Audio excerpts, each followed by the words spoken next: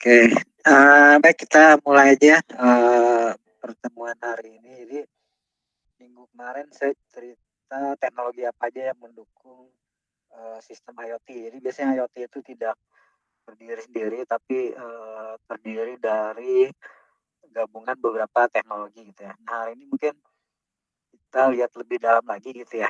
Jadi, eee, sistem IoT itu ada satu perangkat yang biasanya letaknya di paling ujung gitu ya, dari misalnya dia terhubung dengan internet, cloud computing, dan lain-lainnya ya.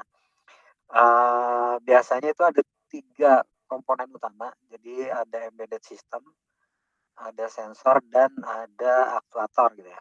Nah, hari ini saya akan menceritakan mungkin, apa aja sih yang embedded system, apa itu sensor, apa itu, aktuator gitu ya.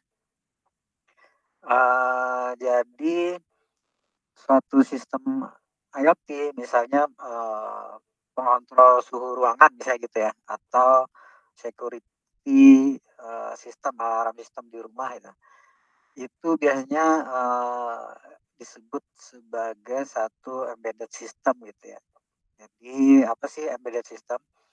Jadi, eee, embedded system itu adalah sistem komputer yang dirancang untuk melakukan satu atau beberapa fungsi khusus gitu ya. Biasanya juga dalam, batasan, waktu nyata atau real time gitu ya. Jadi ada perangkat keras dan perangkat lunak yang bekerja bersama-sama di dalam, sistem tersebut ya. Jadi kalau misalnya kemarin saya pernah cerita sistem untuk mengontrol suhu ruangan, ya itu adalah embedded system biasanya, karena nggak perlu PC gitu kita untuk ngatur ruangan, tapi embedded system cukup gitu ya, di situ. Jadi biasanya ada, komponen-komponen utamanya itu ada microcontroller, ini yang berfungsi untuk mengendalikan, embedded system tadi gitu ya, ataupun komponen-komponen yang lain. Jadi si microcontroller ini, eee, semacam komputer gitu ya, tapi dia sangat kecil, eee, terus bisa diprogram dengan beberapa, fungsi-fungsi yang sifatnya mungkin tadi, terbatas dan sederhana lah gitu ya, di situnya. Nah terus biasanya si, komponen utama microcontroller ini juga punya modul untuk, konektivitas gitu ya. Jadi, terhubung dengan jaringan WiFi ataupun perangkat, koneksi lainnya gitu ya. Kalau kita ingat kemarin tuh ada, apa, ada layer, connectivity ya, di setelah perception-nya. Nah terus embedded system ini biasanya, mampu beroperasi gitu ya tanpa campur tangan manusia di dalam lingkungan yang, eee, apa ya, lingkungan luar lah gitu ya, yang misalnya berdebu, terus kena panas ataupun, lain-lainnya ya, suhunya tuh bukan yang kayak kita di dalam ruang lah gitu ya. Nah itu kebanyakan embedded system itu, bisa berfungsi sampai dengan, apa, environment lingkungan yang, eee, tidak nyaman lah misalnya seperti itu ya. Jadi dia punya keandalan dan stabilitas di sininya. Terus ada beberapa karakteristiknya. Satu, biasanya si perangkat, aplikasi IoT ini, dia real time memproses atau merespon terhadap perubahan lingkungannya secara cepat gitu ya. Contoh misalnya, IoT, perangkat IoT embedded system yang dipasang di mobil untuk, apa, autonomous mobil ya, mobil yang tanpa orang. Nah berarti kan dia secara real time itu harus bisa sangat cepat merespon perubahan lingkungan. Ketika di depan ada mobil berhenti, dia harus berhenti gitu ya. Eee, atau misalnya kalau di industri mungkin untuk kontrol mesin dan yang lain-lain itu juga real time ordernya itu bisa milidetik gitu ya kalau real time itu. Jadi ya sangat cepat ya, nggak tergantung dengan, intervensi kita gitu ya. Jadi nggak harus nunggu input dari kita dia baru melakukan sesuatu. Secara real time, secara cepat di bawah 1 detik dia akan merespon terhadap perubahan lingkungan. Biasanya karakteristiknya seperti itu. Terus konsumsi dayanya juga biasanya rendah gitu ya, minimal untuk menyalakan, apa ya, CPU-nya aja gitu ya sama beberapa sensornya tadi. Terus punya memori yang sifatnya volatile ataupun non volatile gitu ya. Jadi volatile itu artinya kalau power nggak ada dia hilang kan ya isi memorinya. Tapi kalau misalnya yang non volatile itu, seperti BIOS itu ya, BIOS-nya, komputer itu kan walaupun misalnya power-nya off ya dia masih ada tersimpan aplikasi atau program atau apapun yang ada di dalam si, memori yang non volatile ini. Nah itu, biasanya untuk menyimpan firmware istilahnya gitu ya, sistem operasi dan data itu di EEPROM, pengolahan data itu di RAM-nya ini. Jadi ya kayak kita, kalau komputer kan kita nyimpennya di hard disk itu ya, si aplikasi itu ya. Nah kalau, embedded system itu nyimpennya di EEPROM ini, non volatile memory ini ya, read only memory. Terus pemrosesan data, kalau di komputer ya sama di memori, nah di embedded system juga punya memori, cuman kapasitasnya kecil gitu ya, karena dia fungsinya memang biasanya nggak kompleks dan, tapi cukup untuk fungsi-fungsi yang memang spesifik, untuk kebutuhan tertentu tadi gitu ya. Nah si otaknya tadi itu, biasanya disebut microcontroller gitu ya, CPU-nya tadi Central Processing Unit-nya. Itu ada banyak gitu ya jenis-jenisnya. Jadi yang cukup populer, terus, banyak digunakan untuk hobi lah istilahnya gitu ya. Eee, Orang bikin untuk apa ya, aplikasi smart home atau apa yang sifatnya, eee, untuk apa, penggunaan, rumahan gitu ya, kalau istilah saya bukan industri ya. Itu pakai Arduino biasanya, dan Arduino ini banyak jenis-jenisnya, ada Arduino Uno, Mega, Nano, dan lain-lain. Intinya sih dia punya satu prosesor, terus punya, apa ya, modul-modul untuk konektivitas, dan dia punya beberapa digital input, digital output, analog output yang nanti bisa terhubung dengan, sensor ataupun aktuator ataupun perangkat connectivity untuk komunikasi data gitu ya. Ini cukup banyak digunakan, kalaupun di industri mungkin penggunaannya itu yang sifatnya kantor tapi, bukan yang pabrik gitu ya, ininya. Karena, apa, untuk kebutuhan di lingkungan yang, bersih, terus tidak terpapar panas secara langsung dan lain-lain itu Arduino sangat memadai gitu ya. Jadi mungkin aplikasi smart home, smart office, ataupun yang lainnya itu bisa pakai Arduino. Terus yang kedua itu banyak dipakai juga nama modulnya itu ESP8266 gitu ya. Nah ini juga, eee, cukup populer gitu ya. Eee, Bedanya kalau dengan Arduino gitu ya, kalau ESP8266 modul Wi-Fi-nya itu sudah, embedded gitu ya di dalam si, perangkat microcontroller-nya ini. Dia satu chips gitu ya, bukan satu chip sih, satu board yang ada prosesornya, ada memori, terus ada Wi-Fi-nya. Nah kalau Arduino, kalau Wi-Fi itu, modul tambahan gitu ya, modulnya banyak kalau Arduino tambahan-tambahannya itu tadi. Terus port-nya lebih sedikit, port itu artinya, digital input, digital output, analog output-nya itu lebih sedikit dibanding Arduino. Ini terus ada lagi yang lain, ESP32 gitu ya. Jadi ini peningkatan dari yang ESP8266 tadi, dari sisi prosesor ataupun, memorinya, terus punya jaringan untuk Wi-Fi dan Bluetooth gitu ya, di dalam si, board-nya ini.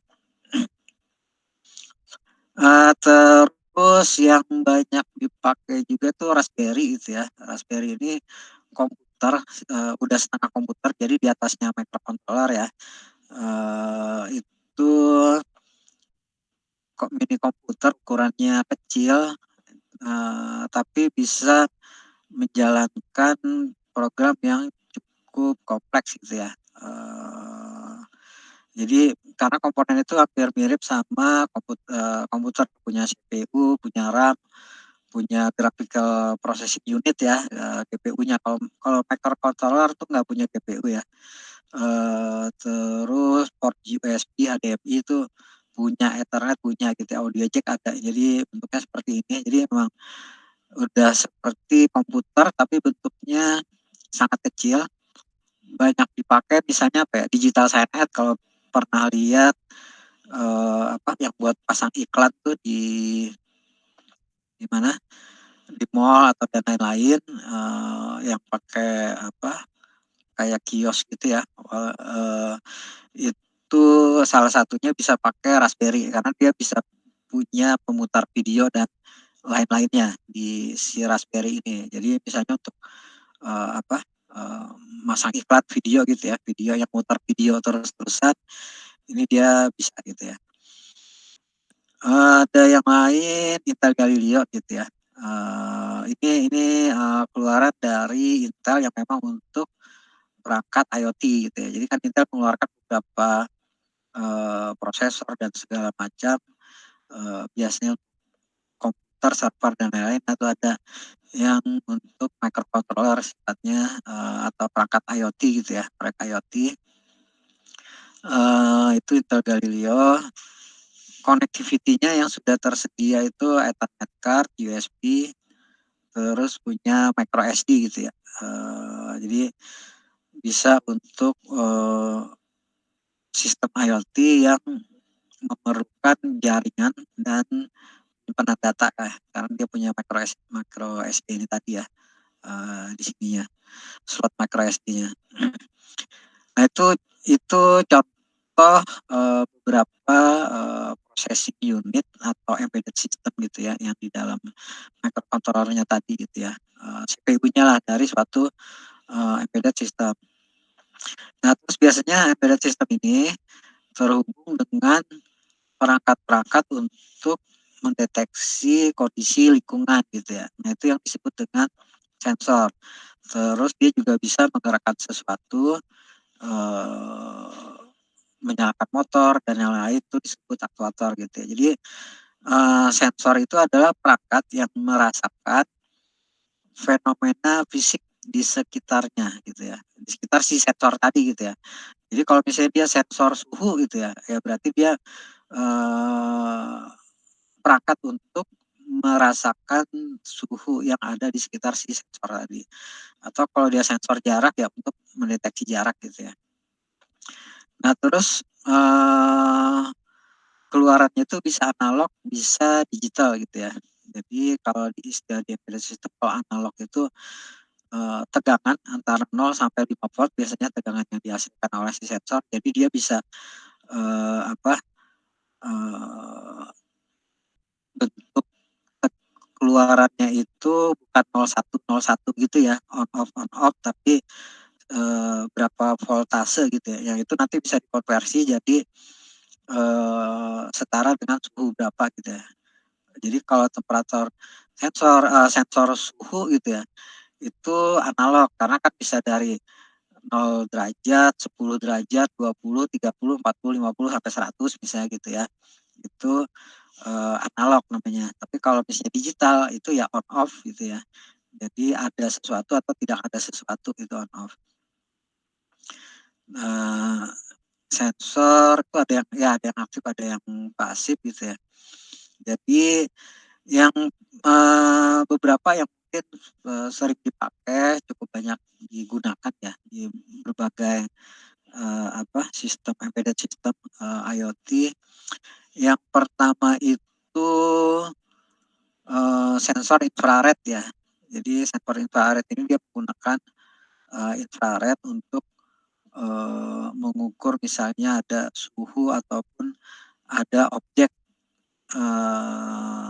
di depannya gitu ya. Itu bisa pakai, sensor, infrared gitu ya. Jadi dia punya sensitivitas yang tinggi. Jadi misalnya, infrared ini misalnya dipakai ya tadi mendeteksi ada orang masuk gitu ya, ke dalam satu, rumah atau yang lain, itu infrared salah satunya bisa dipakai. Terus sensor yang banyak dipakai juga itu sensor suhu dan sekaligus sensor kelembapan. Ini jadi satu gitu ya, ini bentuknya seperti ini. Jadi, eee, apa ya, dia merasakan suhu berdasarkan ini teknisnya gitu ya, konektivitas di antara, eee, apa, termokabelnya gitu ya. Jadi biasanya digunakan untuk mengukur suhu, ataupun mengukur kelembapan. Jadi kelembapan itu adalah kadar air di udara gitu ya. Jadi kita bisa bisa tahu nih, oh ini suhu berapa, kelembapannya sekarang berapa gitu ya. Itu pakai sensor ini, suhu dan kelembapan. Terus ada lagi sensor, tekanan, ini kayak gini, pneumatik istilahnya, tekanan ya. Jadi bisa mengukur, gas, cairan, dan lain-lain gitu ya, berdasarkan apa yang menekan ke si sensornya ini gitu ya. Sensor GPS, untuk mengetahui posisi GPS dari, si perangkat ataupun lainnya gitu ya. Jadi bisa untuk misalnya contoh navigasi kendaraan ya, tracking, pemetaan dan lain-lain. Jadi kalau navigasi kendaraan tuh, ya kalau mobil yang tanpa penumpang dia kan butuh navigasi, posisi dia di atas peta itu di mana gitu ya. Nah itu bisa pakai sensor GPS. Kalau misalnya sekarang sih sensor GPS ini juga bisa embedded di handphone misalnya ya. Jadi, eee, pergerakan handphone kita itu kemana kita tahu gitu ya. Eee, nah terus proximity sensor ini apa ya, eee, biasanya digunakan untuk keamanan. Jadi, jarak dan lain-lain ya, atau otomasi ya, proximity sensor. Jadi dia mendeteksi objek di sekitarnya, jarak dan lain-lainnya gitu ya. Itu proximity sensor. Terus ultrasonic ini juga ada. Jadi sensor ultrasonic itu mirip sama, apa, kelelawar ya. Jadi dia memancarkan, frekuensi terus menangkap pantulannya. Jadi dari pantulan itu biasanya untuk mengetahui berapa jarak, dari posisi sensor ini terhadap ada objek yang di sekitarnya lah gitu ya, di sininya. Terus sensor gas, jadi ini bisa untuk mendeteksi misalnya, oksigen, LPG, karbon monoksida dan lain-lain. Nah ini banyak dipakai untuk mendeteksi kebocoran gas gitu ya. Jadi misalnya, kalau kita mau bikin sistem untuk mendeteksi kebocoran gas LPG di rumah kita gitu ya. Jadi kalau bocor itu mungkin nyalakan alarm gitu ya. Nah itu bisa pakai sensor ini, karena dia bisa mendeteksi kandungan, apa ya, eee, kandungan udara di dalam suatu konsentrasi gas dalam suatu udara gitu ya, di sininya, ini sensor gas. Terus akselerometer ini untuk mengukur apa ya, percepatan linear ya, getaran mesin dan lain-lain, ini bisa dipakai yang ini. Nah itu beberapa, jenis sensor ya, selain itu sih sebenarnya sangat banyak gitu ya, banyak sensor-sensor itu. Jadi, apa ya, tergantung kebutuhan dan sensor ini dijual bebas gitu ya. Jadi kalau misalnya, eee, kita nyari gitu ya, itu bisa cari di Tokopedia juga ada gitu ya. Ini saya contohkan aja mungkin.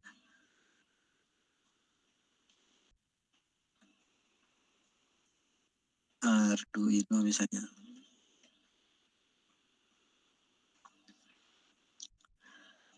Oke, jadi kalau yang ini contoh ada 37 kit sensor gitu ya.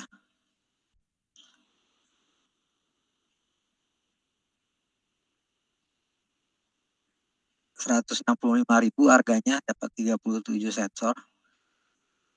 Ini ya. Jadi banyak modul-modulnya. Ini modul-modul sensor. Nah, terus kalau Arduino itu juga dijual bebas gitu ya. Ini tadi yang sensor ultrasonic tadi ya, harganya 15.000 yang contoh gambarnya tadi. Terus apalagi ya? Fotosensitif apa ini cahaya, sensor cahaya. Terus ada kit Arduino gitu ya. Ini udah lengkap ya, ada Arduino-nya, ada board, sensor dan lain-lain. Nah, ini kalau misalnya yang pengen hobi itu ya, itu bisa memperdalam. Ini ada udah sama ada remote control, terus motor, relay, dot matrix gitu ya untuk menampilkan tampilan. DHT11 ini yang sensor apa suhu dan kelembapan ya ini. Ini ada board ini 7 segmen kabel-kabel, terus ini output untuk apa keluaran baterai LCD dan lain-lainnya.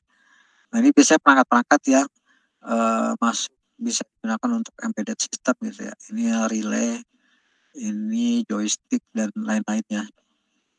Ini yang modelnya paket. Terus kalau Arduino-nya sendiri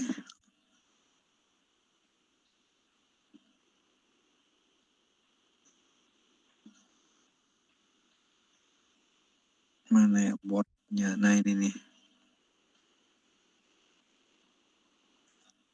Jadi perangkat IoT kalau yang embedded system di ujung itu harganya sangat terjangkau ya. Kalau misalnya kita ingin membuat robotik, bukan robotik apa, sensor IoT di rumahan gitu ya, pakai Arduino ini 115.000, sensor tadi suhu 15.000 gitu ya, 200.000 sudah kita bisa bikin sistem embedded system menggunakan Arduino dengan beberapa sensor dan aktuator gitu ya. Ini contoh barang-barangnya yang di pasaran ya, ESP juga ada banyak gitu ya.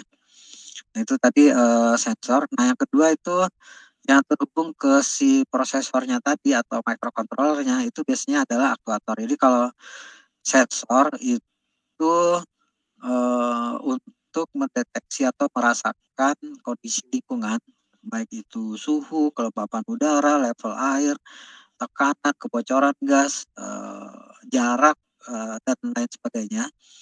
Kalau aktuator itu biasanya berfungsi untuk melakukan tindakan berdasarkan hasil sensor yang dibaca tadi ya. Jadi kalau misalnya apa embedded system untuk mengontrol suhu ruangan. Nah, jadi sensornya apa? Suhu ya, temperatur dan kelembapan. Kalau suhu misalnya di bawah di atas misalnya kita set suhu ruangan tuh 24 derajat Celcius gitu ya. Berarti kalau misalnya ketika sensor membaca oh suhu ruangan di 27 derajat Celcius, secara otomatis si embedded system itu akan menggerakkan aktuator. Contohnya motor untuk menggerakkan membuka valve, terus motor untuk menyalakan kipas angin, kipas gitu ya, dan lain-lainnya. Nah, itu yang disebut aktuator gitu ya. Jadi macam-macam juga jenisnya. Ya yang paling banyak digunakan mungkin bentuknya tuh aktuator listrik itu motor gini lah, motor listrik kecil. Jadi dia bisa muter gitu ya di sininya. Atau bisa juga yang stepping gitu ya. Jadi dia bergerak berdasarkan derajat gitu ya. Jadi kalau kayak di AC itu kan bisa kita set buka buka valve-nya itu berapa lebar sih gitu ya. Jadi kan dia, apa, posisi itu berhenti gitu ya. Ada kayak berapa derajat-derajatnya. Nah, itu contoh dari akuator. Terus hidrolik ini juga ada bentuknya seperti ini. Jadi memanfaatkan yang apa ya, tenaga hidrolik gitu ya, putaran dan lain-lain. Terus pneumatik juga ada, ini energi udara jadi tekanan lah gitu ya. Jadi dia untuk menekan sesuatu jadi tombol atau menyalakan sesuatu gitu ya. Jadi kalau misalnya di sensor apa dia menyalakan sesuatu ya bisa pakai salah satunya aktuator-aktuator ini. Oke, itu kira-kira gambarannya perangkat-perangkat tadi ya embedded system ya. Jadi kalau misalnya masih ingat tuh pelajaran yang minggu lalu bahwa dalam suatu sistem IoT itu biasanya apa ya, ada beberapa kalau secara arsitektur ya, kalau saya gambarkan mana ya di sini ada nggak sih?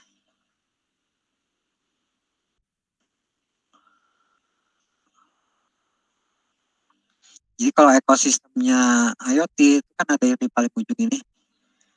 Nah itu yang paling ujung itu yang tadi terdiri dari microcontroller dan sensor aktuator gitu ya. Jadi biasanya disebut edge computing gitu ya. Jadi perangkat komputasi yang sifatnya ada di ujung gitu ya. Jadi ini sensing collecting data uh, atau di sini perception layer ini ya. Biasanya perception layer ini tadi ada sensor, ada aktuator, termasuk juga microcontrollernya itu ada di sini. Uh, karena si microcontroller ini mengatur hubungan antara para modul-modul yang lain ya, yang mengatur sensor, yang mengatur aktuator itu adalah si microcontroller gitu ya.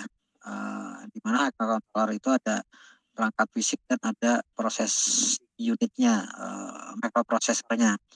Nah, keseluruhan itu disebut dengan suatu embedded system gitu, biasanya seperti itu.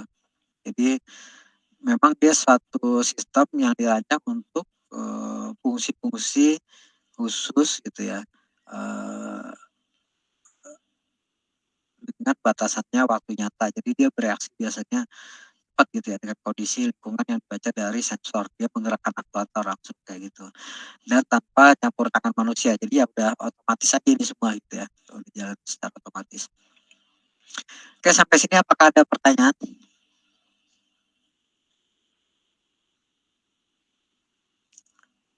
Oke, kalau tidak ada pertanyaan mungkin yang minggu ini cukup ya. Jadi mungkin sekarang udah tahu bahwa sistem IoT yang di perangkat paling komponen paling ujungnya itu edge computingnya itu ada microcontroller, ada sensor, ada aktuator bekerja bersama-sama gitu ya untuk melakukan fungsi-fungsi tertentu sesuai dengan logic program yang kita masukkan ke dalam prosesor yang ada di microcontrollernya. Kira-kira sih seperti itu ya gambarannya.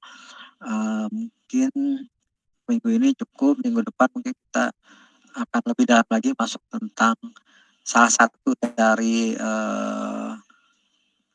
microcontroller yaitu Arduino ini ya. Itu apa aja sih komponen apa pin-pinnya dan lain-lainnya, modul-modulnya apa.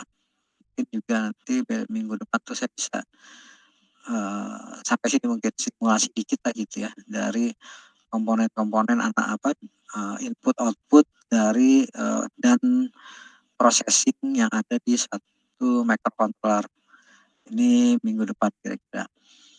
Minggu ini cukup, kita ketemu lagi minggu depan. Saya akhiri pertemuannya. Assalamualaikum warahmatullahi wabarakatuh.